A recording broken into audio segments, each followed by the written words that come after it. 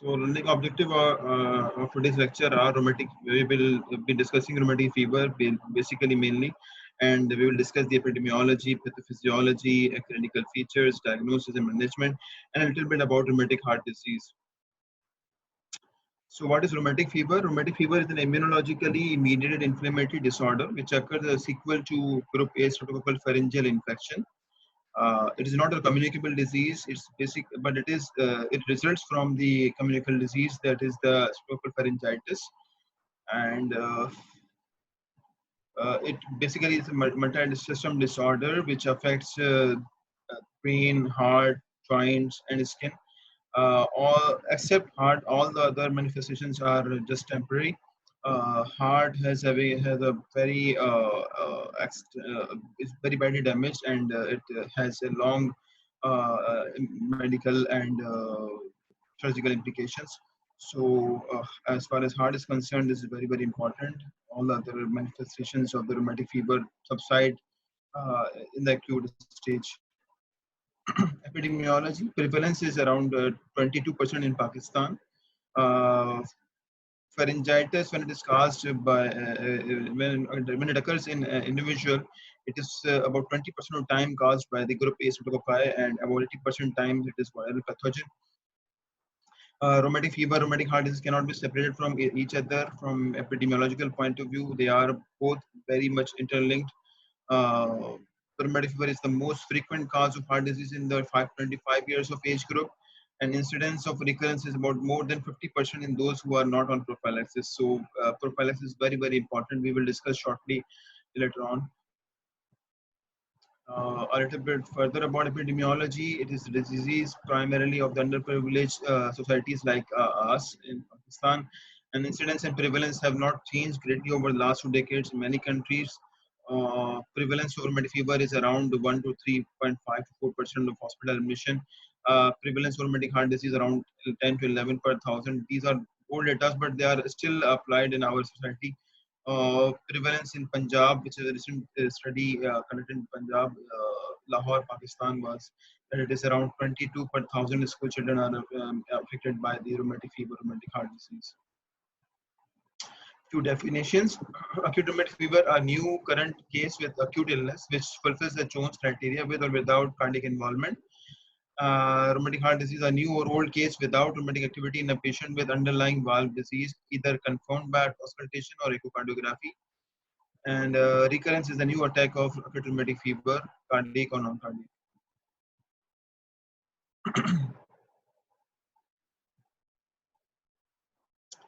So basically, three things are required for rheumatic fever or rheumatic heart disease to occur in an agent with with the pathogenesis factor, and the host with the susceptibility, and environment which act as a catalyst or as a propagating factor in the pathogenesis of this disease. So agent factors are beta hemolytic streptococci have been classified by Lancefield based on the carbohydrate antigen into 20 types A to T. Group A is subdivided by Griffin based on M protein into 55 M types, and this M protein is has got certain strengths like 1, 3, 5, 6, 14, 18, 19, 24, and 27, 29, which are basically more responsible for rheumatic fever and rheumatic heart disease. This M protein also is a very important viral factor.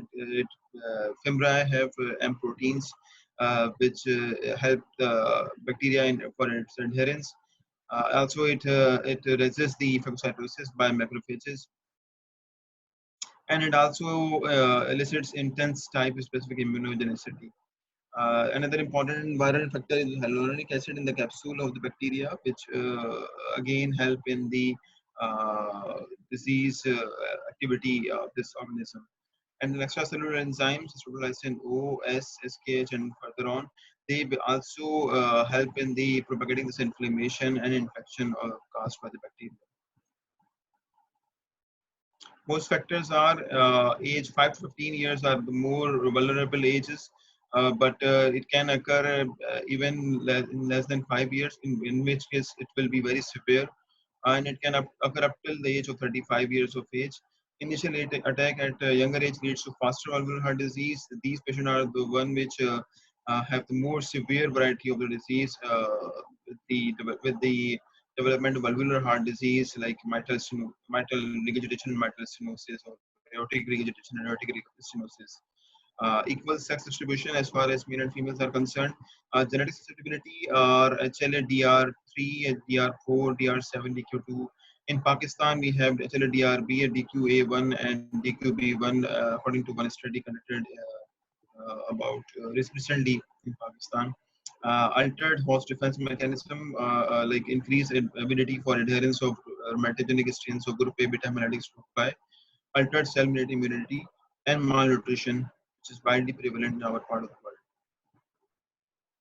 Environmental factors: poverty, overcrowding at home and school, lack of healthcare facilities, and lack of awareness, doctor and teachers, and also the lack of doctor and patient relationship are the basically these are the factors which propagate in the pathogenesis, or which act as a important pathogenic factor in the pathogenesis of this disease. Reasons for high prevalence of rheumatic fever, rheumatic heart disease in the developing world: factors related to the agent, more violent, less antibiotic sensitivity. Uh, there are new serotypes which are always emerging on, and rheumatic fever secondary to skin infections. This is more recently published in a study from Australia, where again this is very common in certain ethnic groups, and they found that skin infection is also skin infection by the group A beta hemolytic stroke can also lead to the rheumatic heart disease and rheumatic fever. So factors related to environment: overcrowding, rapid spread of local pharyngitis, low maternal level of education, low socioeconomic status, knowledge and attitude of the parents and the patient, and factors related to host: increased genetic susceptibility like the HLA-DR proteins, which I told you earlier. So this is the slide which is showing the host factors, the environmental factors, and the agent factors. They all combine and lead to the first episode of ARF. And if the prophylaxis, appropriate prophylaxis is not given, then there will be repeated episodes of ARF, and that will lead to the ultimate development of rheumatic heart disease. So there is autoimmune theory and there is cytotoxic theory. Basically, the autoimmune theory is that there is molecular mimicry with the uh, with the bacterial proteins are which are present in the bacteria, uh, have similar kind of proteins are present in the host cells, and these lead to the autoimmune mechanism, which leads to the inflammation and infection of the certain organs like heart and brain and skin. And there is a cytotoxic theory like the streptomycin O, which I discussed earlier. They lead to the inflammation and the propagation of infection and the pathogenesis of the uh, like, like like the development of rheumatic heart disease or valvular involvement in this patient group. So heart, joint, CNS, and skin are affected basically, or these three resolve with time, but this will can have the permanent permanent development, like ये permanently develop हो सकता है, तो valvular heart disease develop हो सकती है, सही है. And heart में जो है pericarditis होता है. So there is pericarditis, there is myocarditis, and there is endocarditis. Pericarditis and myocarditis again are not that much serious, but the problem with the endocarditis is that it has permanent uh, development. Clinical features क्या है? Following upper airway infection with gas silent period of 2 to 6 weeks, sudden onset fever होता है, pallor, malaise, fatigue. So बाद वक़्त usually this infection is subclinical. So और हमारे यहाँ इतना common है कि हर दूसरे बंदे का गला खराब होता है, तो usually जो है लोग इसको notice ही नहीं करते हैं, and then they develop about 6 to 8 weeks में जाकर के जी वो rheumatic fever हो गया है.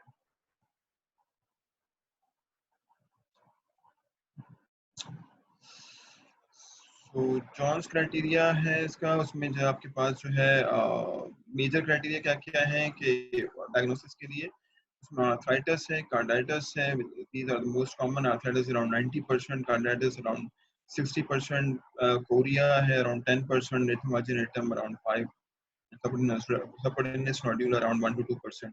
माइनर क्राइटेरिया में आपके पास फीवर है, आर्थरालजिया है, लैब्स में ईसीजी में प्रोलॉन्ग पीआर इंटरवल, एवी ब्लॉक्स कॉमन होते हैं, और ये सीआरपी में भी रेज्ड।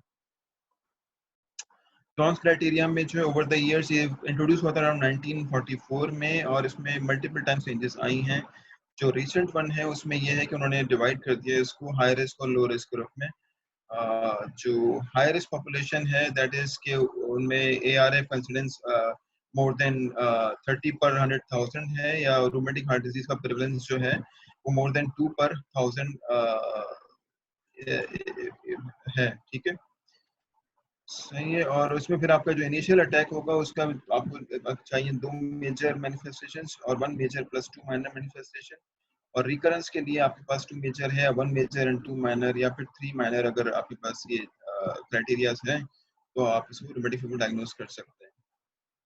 सही है। जो हमारे यहाँ है, हम हाई रिस्क पॉपुलेशन में आते हैं तो हम इसको डिस्कस कर लेते हैं। इसमें कार्डाइटिस है जिसमें क्लिनिकल एंड और सब क्लिनिकल कार्डाइटिस। सब क्लिनिकल ये है कि कोई सिम्टम्स वगैरह कुछ नहीं होते, तो ना एग्जामिनेशन में फाइंडिंग्स होती हैं, जस्ट आप एको पर डायग्नोस करते हैं और पता पड़ता है कि जी कार्डाइटिस है, MR वगैरह हो रहा होता है, या माइटरमल की पैथोलॉजी, माइटरमल की जो एनाटमी होती है वो डिस्टर्ब होती है।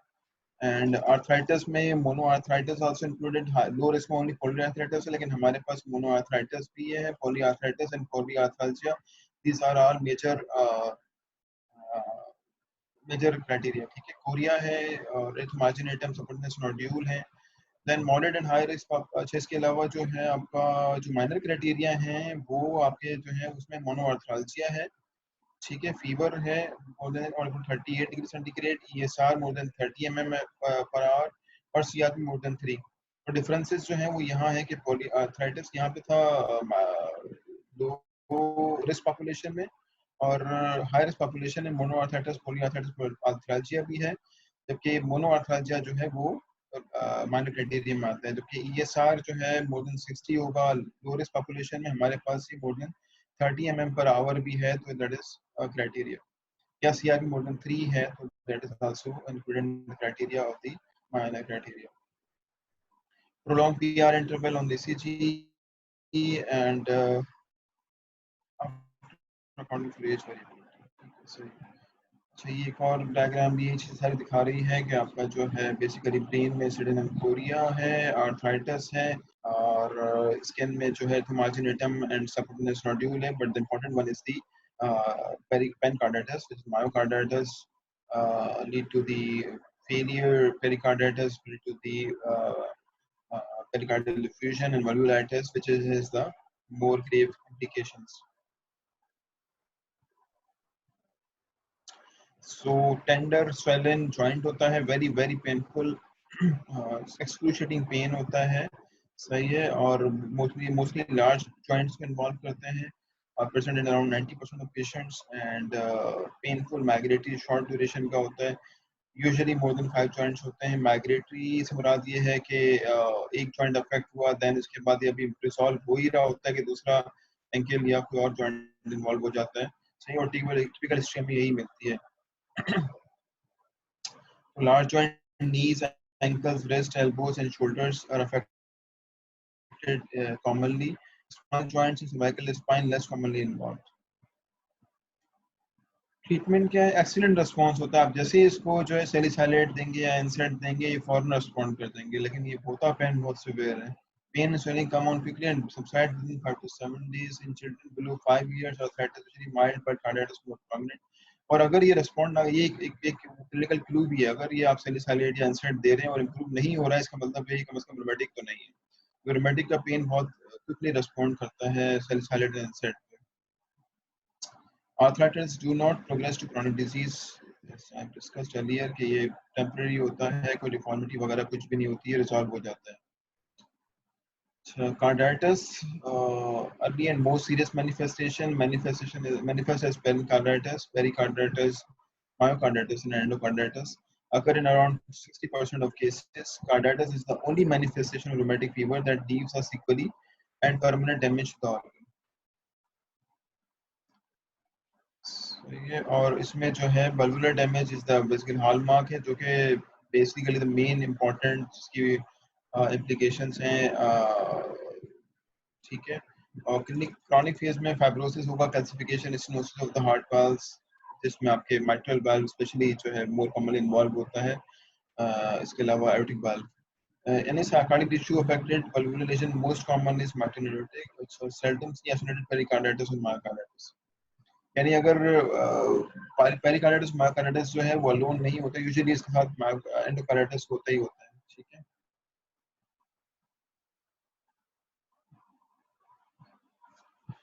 Rheumatic heart disease is the permanent heart valve damage resulting from one or more attacks of acute rheumatic fever, and 60% of patients with ARF will go on to develop rheumatic heart disease. So this is very important कि अगर आपने इसको यहाँ नहीं रोका, primary prevention नहीं की, तो ये अल्टीमेटली rheumatic heart disease में होगा, जिसके जो है क्वालिटी ऑफ लाइफ, सोशल और इकोनॉमिकल ग्रेव कॉन्सिक्वेंसेस होते हैं।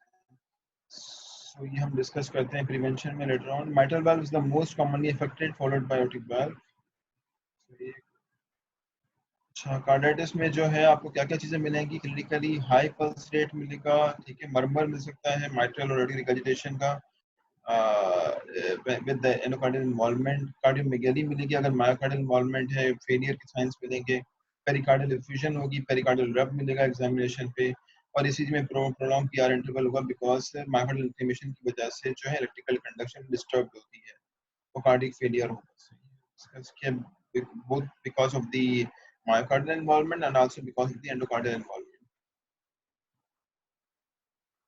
इन्वेस्टिगेशन फॉर एविडेंस कार्डिटिस क्या क्या है? अब एक्सरे करवाएंगे, उसमें कार्डियोमेगाली मिलेगी, पल्मोनरी वेनस कंजेशन मिलेगी, ईसीजी में फर्स्ट डिग्री भी ब्लॉक होगा, टीबीएफ चेंजेस होंगी, लो वोल्टेज क्यूआरएस होगा, इकोकार्डियोग्राम में कार्डियक डायलेटेशन, वाल्व इन्वॉल्वमेंट और पेरिकार्डियल एफ्यूजन मिल सकता है। अच्छा, सिडेनम कोरिया क्या है? ये जनाब जी इनवॉलंटरी पर्पसलेस मूवमेंट्स होती हैं, सही है, और they can show as of as a weakness, और but basically motor and coordination का problem होता है, and occur in 5 to 10% of cases, mainly in girls of 1 to 15 years of age. Late manifestation rheumatic fever की और around ये जो है even months after infection हो सकता है, 6 months का latent period हो सकता है, और इसीलिए जो है आपको जो है sore throat की हिस्ट्री नहीं भी मिल सकती, पेशेंट को याद ही नहीं होता कि इसको sore throat हुआ था और 6 महीने गुजर जाते, उसके बाद कोरिया हो रहा होता है। Spasmodic unintentional jerky choreiform movements हो रही होती हैं, स्पीच अफेक्टेड रिजिडिटी होती है, choreiform movements particularly affect the head, darting movement of tongue होती है, अपर लिम्ब। फर्स्ट साइन क्या? Difficulty walking, talking, writing, occurs in 30% of patient with ARF, usually benign होता है, resolve in 2 to 3 months and disappears leaving no residual damage.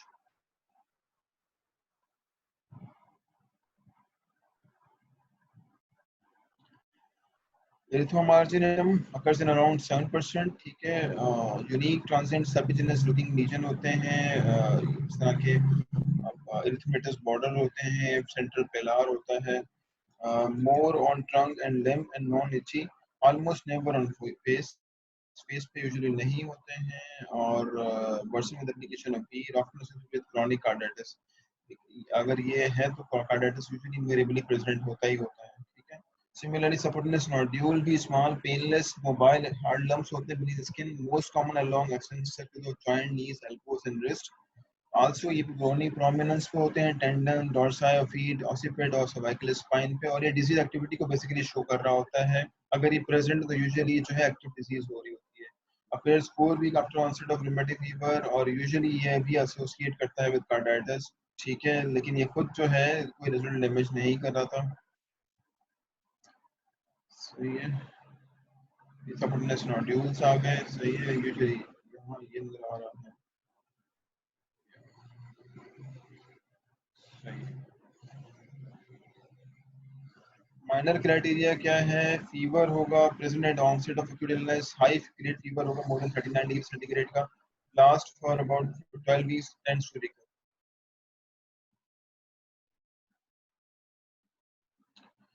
हाँ ये sir हमारे हमारे यहाँ जो है मोर देन 30 या और सीआरपी जो है मोर देन 3 जो है वो क्राइटेरिया में आता है, ठीक है। एनीमिया है, ल्यूकोसाइटोसिस है, एलिवेटेड एएसओ या अदर स्टोकेबल एंटीबॉडी टाइटर आपको मिलेगा more than 400, anti DNase B test और थ्रोट कल्चर में group A beta haemolytic strep आए पॉजिटिव है।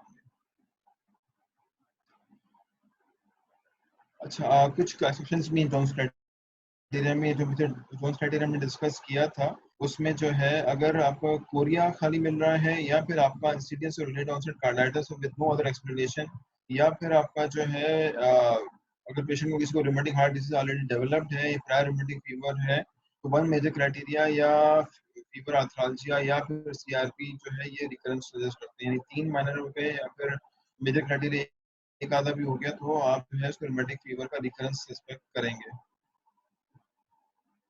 ट्रीटमेंट एंड प्रिवेंशन क्या है, स्टेप 1 में आपने जो है primary prevention is very important. आप यहाँ अगर आपने सही से ट्रीट कर लिया तो आप इन तमाम चीज़ें बचा सकते हैं और काफ़ी इंपॉर्टेंट जो है कि पेशेंट की क्वालिटी ऑफ लाइफ इंप्रूव हो जाएगी, उसका फाइनेंशियल बर्डन सोशल बर्डन जो है वो खत्म हो जाएगा, ठीक है।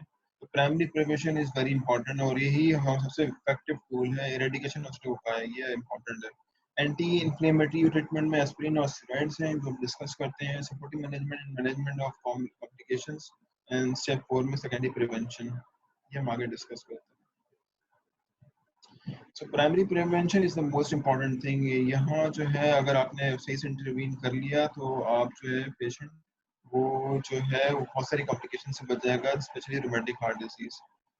सो prevent the first attack rheumatic fever, आपने जो है आइडेंटिफाई किया थ्रोट इन्फेक्शन को और आपने ट्रीट किया उसको विद पेनिसिलिन। सिंपल ट्रीटमेंट है लेकिन आइडेंटिफाई करना इंपॉर्टेंट है। अगर ये इंपॉर्टेंट ये स्टेप गया तो इसके बाद जो है पेशेंट सारा साल जिंदगी सफर करेगा।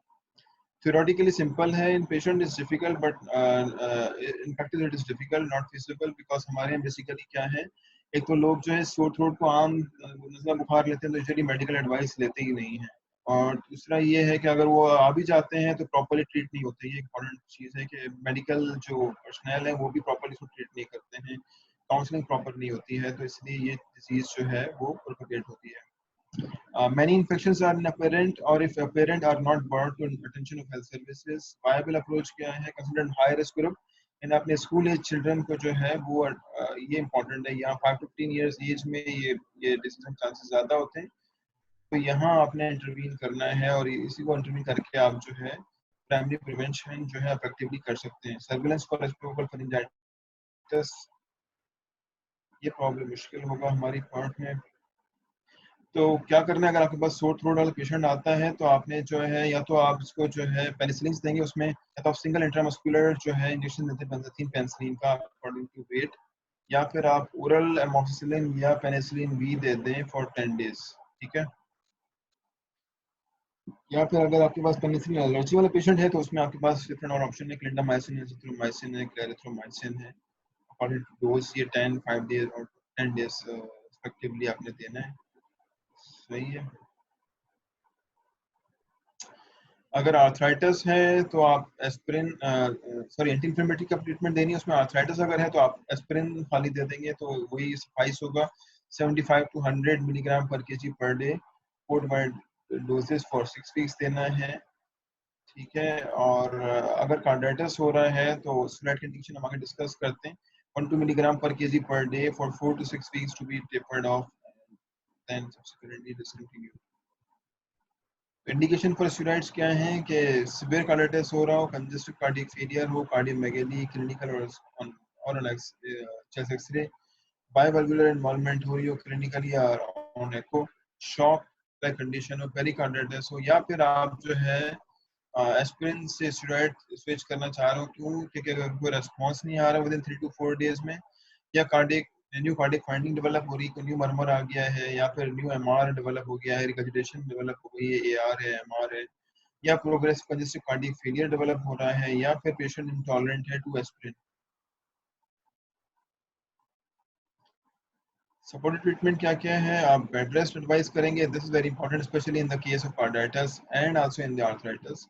Treatment of congestive cardiac failure digitalis या डायरेटिक्स देंगे आप, और ट्रीटमेंट ऑफ कोरिया के लिए आप जो हेलोपेरिडोल या डायज़ेपाम देंगे, और जॉइंट रेस्ट अगर आर्थराइटिस है तो सपोर्टिव स्प्रिंटिंग वगैरह करेंगे। सही है। और कार्डियाटिस में ये बेड रेस्ट कब तक होगा? जब तक कि कार्डियाटिस है, ठीक है। तो अराउंड 6 to 8 वीक्स तक का बेड रेस्ट भी एडवाइस किया जाता है।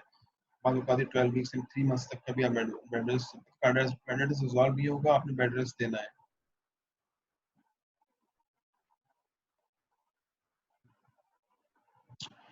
सेकेंडरी प्रिवेंशन, अगर जो है एक दफा डिजीज हो गई, रोमेटिक फीवर हो गया, रोमेटिक कार्डियाटिस हो गया या rheumatic heart disease permanent damage हो गया हुआ है, तो सेकेंडरी प्रिवेंशन कम्स इन। अब यहाँ आपने इसको हर 3 to 4 वीकली जो है वो या तो आप बेंजीथीन पेनिसिलिन देंगे या पेनिसिलिन बी डेली देंगे, या फिर आपके पास अगर पेनिसिलिन से या पेनिसिलिन से बेसिकली एलर्जी है तो आपके पास डिफरेंट ऑप्शन जिसमें सल्फोनामाइड है, एरिथ्रोमाइसिन है, एरिथ्रोमाइसिन इथाइल सक्सिनेट है। अब ये कहना बड़ा आसान है बट ये करना बहुत मुश्किल है। ये सारी जो ओरल मेडिकेशंस हैं दे आपने डेली देनी है। तो डेली किसी को मेडिकेशन खानी हो कितना वो प्रॉब्लमेटिक होगा ये आप समझ सकते हैं। और ये जो बेंजाथीन पेंसिल जो 3 वीकली लग रहा है, this is very very painful, बहुत ही पेनफुल होता है, यानी एक्सक्रूशिएटिंग पेन होता है इसके साथ। और साथ में जो है वो लाइडोकेन देनी पड़ती है ताकि जो है पेन इंसुलाइज करने के लोकल एरिया को, इतना सीवियरली पेनफुल होता है। तो compliance is the big issue with this secondary prevention। इसीलिए जो है primary prevention is very important. अगर आपने प्राइमरी प्रिवेंशन 10 days की ट्रीटमेंट देनी है और यहाँ आपने जो है लंबे अरसे तक, वो भी आगे डिस्कस करके कितना अरसे देनी है, आपने ये चीज़ें करनी है। अब उसमें डेली मेडिकेशन खाना is very very problem, I am sure you will understand. और पेंजाथिलीन पेंसिलिन के साथ प्रॉब्लम ये है कि it is very very painful. और दूसरा इनकी अवेलेबिलिटी का भी इशू होता है, खासतौर पे जो है बेंजीन पेंसिल अक्सर जो पेनिड्योर वगैरह मिल भी नहीं रहा होता, या पेनिसिलिन भी जो है ये भी अवेलेबिलिटी अक्सर जो है इसकी वो शॉर्ट ही होती है मार्केट में। तो ड्यूरेशन कितना देना है, कितने अर्से तक आपने स्किन प्रोफाइलिसिस देना है? अगर सिर्फ कार्डाइटिस हुआ है और कोई वल्वुलर इन्वॉल्वमेंट वगैरह कुछ नहीं हुआ, जैसे जो है पेरिकार्डाइटिस हुआ था या माइकार्डाइटिस हुआ था या थोड़ा बहुत जो है हल्का फुल्का जो है टेकार्डिया वगैरह हो गया, तो उसमें तो आपने जस्ट जो है 5 ईयर्स 21 ईयर्स तक आपने देनी है विच एवर इज लॉन्गर। यानी ये विच एवर लॉन्गर का मतलब क्या है कि अगर जो है लेट्स सपोज किसी को जो है वो 6 ईयर्स की एज पर हुआ है तो आप 21 ईयर्स तक उसको प्रोफाइलिसिस देंगे कार्डाइटिस, सॉरी कार्डाइटिस नहीं हुआ है, जस्ट एआरएफ हुआ है और उसमें कार्डाइटिस नहीं हुआ है और एआरएफ हुआ है, तो उसमें अगर लेट्स सपोज किसी को 6 ईयर्स पे अगर जो है एआरएफ हुआ है तो आप 21 ईयर्स तक देंगे। लेकिन अगर किसी को जो है 18 ईयर्स पे लेट्स सपोज अगर कार्डाइटिस एआरएफ हुआ है तो आप उसे 23 ईयर्स तक जो है प्रोफाइलिसिस देंगे। सही है। सिमिलरली अगर जो है कार्डाइटिस हो गया यानी एमआर वगैरह डेवलप हो गया है, टिकार्डिया हो गया है और एआरएफ है साथ में, तो उसमें जो है आप 10 ईयर्स देंगे, 25 ईयर्स। यानी अगर लेट्स सपोज किसी पेशेंट को जो है वो 6 ईयर्स की एज में जो है कार्डाइटिस हो गया है तो उसको आप जो है 25 ईयर्स की एज तक जो है वो आप उसे प्रोफाइलिसिस देंगे। लेकिन अगर किसी को 24 ईयर्स पे सीवियर कार्डाइटिस हो जाता है तो कार्डाइटिस हो जाता है तो आपने उसको फिर 34 ईयर्स की एज तक जो है प्रोफाइलिसिस देना है। सही है। सिमिलरली अगर जो है वो रेसिडुअल हार्ट लीजन डेवलप हो गया हुआ है कि जी वो सीवियर एमआर हो गया है या एमएस हो गया है या सीवियर एआर हो गया या एएस हो गया है, तो फिर आपने जो है 10 ईयर्स या फिर 40 ईयर्स एज तक देना है, या फिर यूजुअली जो हम लोग रिकमेंड करते हैं कि लाइफ लॉन्ग आप जो है वो प्रोफाइलिसिस देंगे।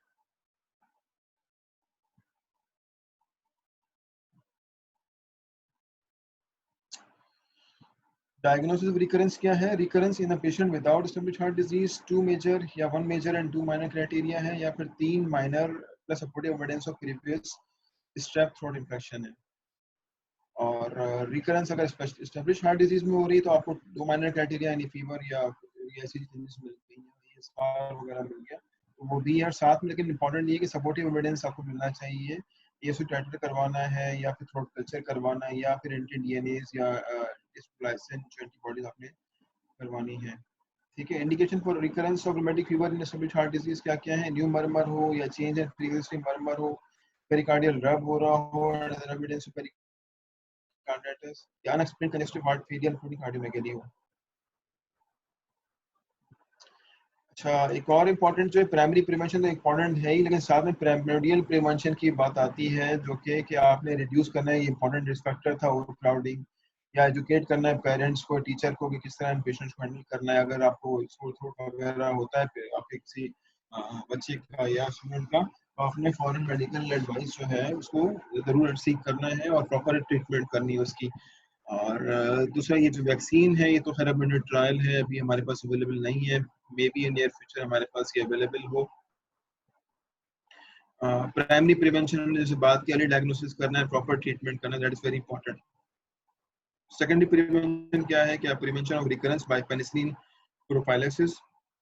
और टर्शरी प्रिवेंसेस प्रिवेंशन ये है कि आपने डिसेबिलिटी को डिक्रीज करना है और रिहेबिलिटेट करना है, यानी मेडिकल इंटरवेंशनल कार्डियक सर्जरी वगैरह।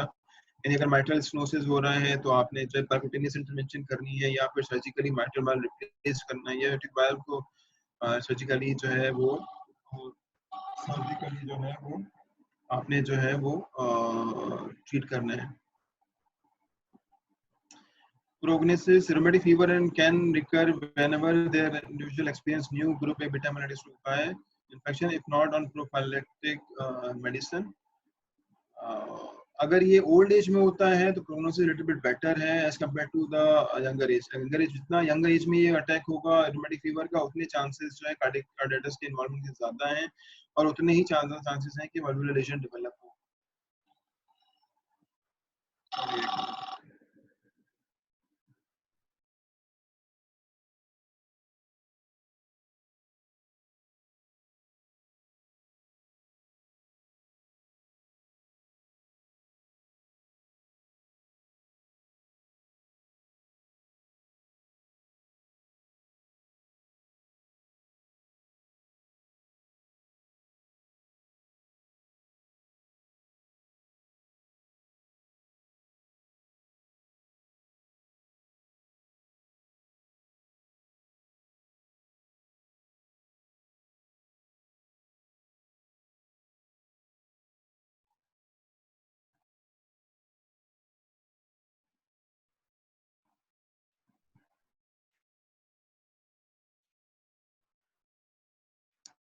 तो उसमें mitral valve is the most commonly affected valve. Mitral is more commonly affected than aortic valve है, और फिर tricuspid valve and pulmonary valve। और mitral क्यों ज़्यादा अफेक्ट होता है, क्योंकि mitral पे ज़्यादा जो स्ट्रेन होता है, कार्डियटिस में tachycardia होता है, that leads to the increased susceptibility of mitral valve to the development of mitral regurgitation or mitral stenosis. Regurgitation more in pediatric population, और जितना young age पे मैंने बात to 10 years पे, ठीक है। पुअर कंप्लायंस, रिपीटेड अटैक, ये भी मोर कॉमन होते हैं as compare to older age. जितना जितना जितना अर्ली होगा उतना ज़्यादा चांसेस हैं कि आपके रिपीटेड अटैक होंगे, और उतना ही अर्ली जो है वो establish rheumatic heart disease develop होगी, माइट्रल स्टेनोसिस डेवलप हो जाएगा। यानी जो डेवलप या दुनिया भर में जो देखा गया है कि वो उनके पास अटैक्स के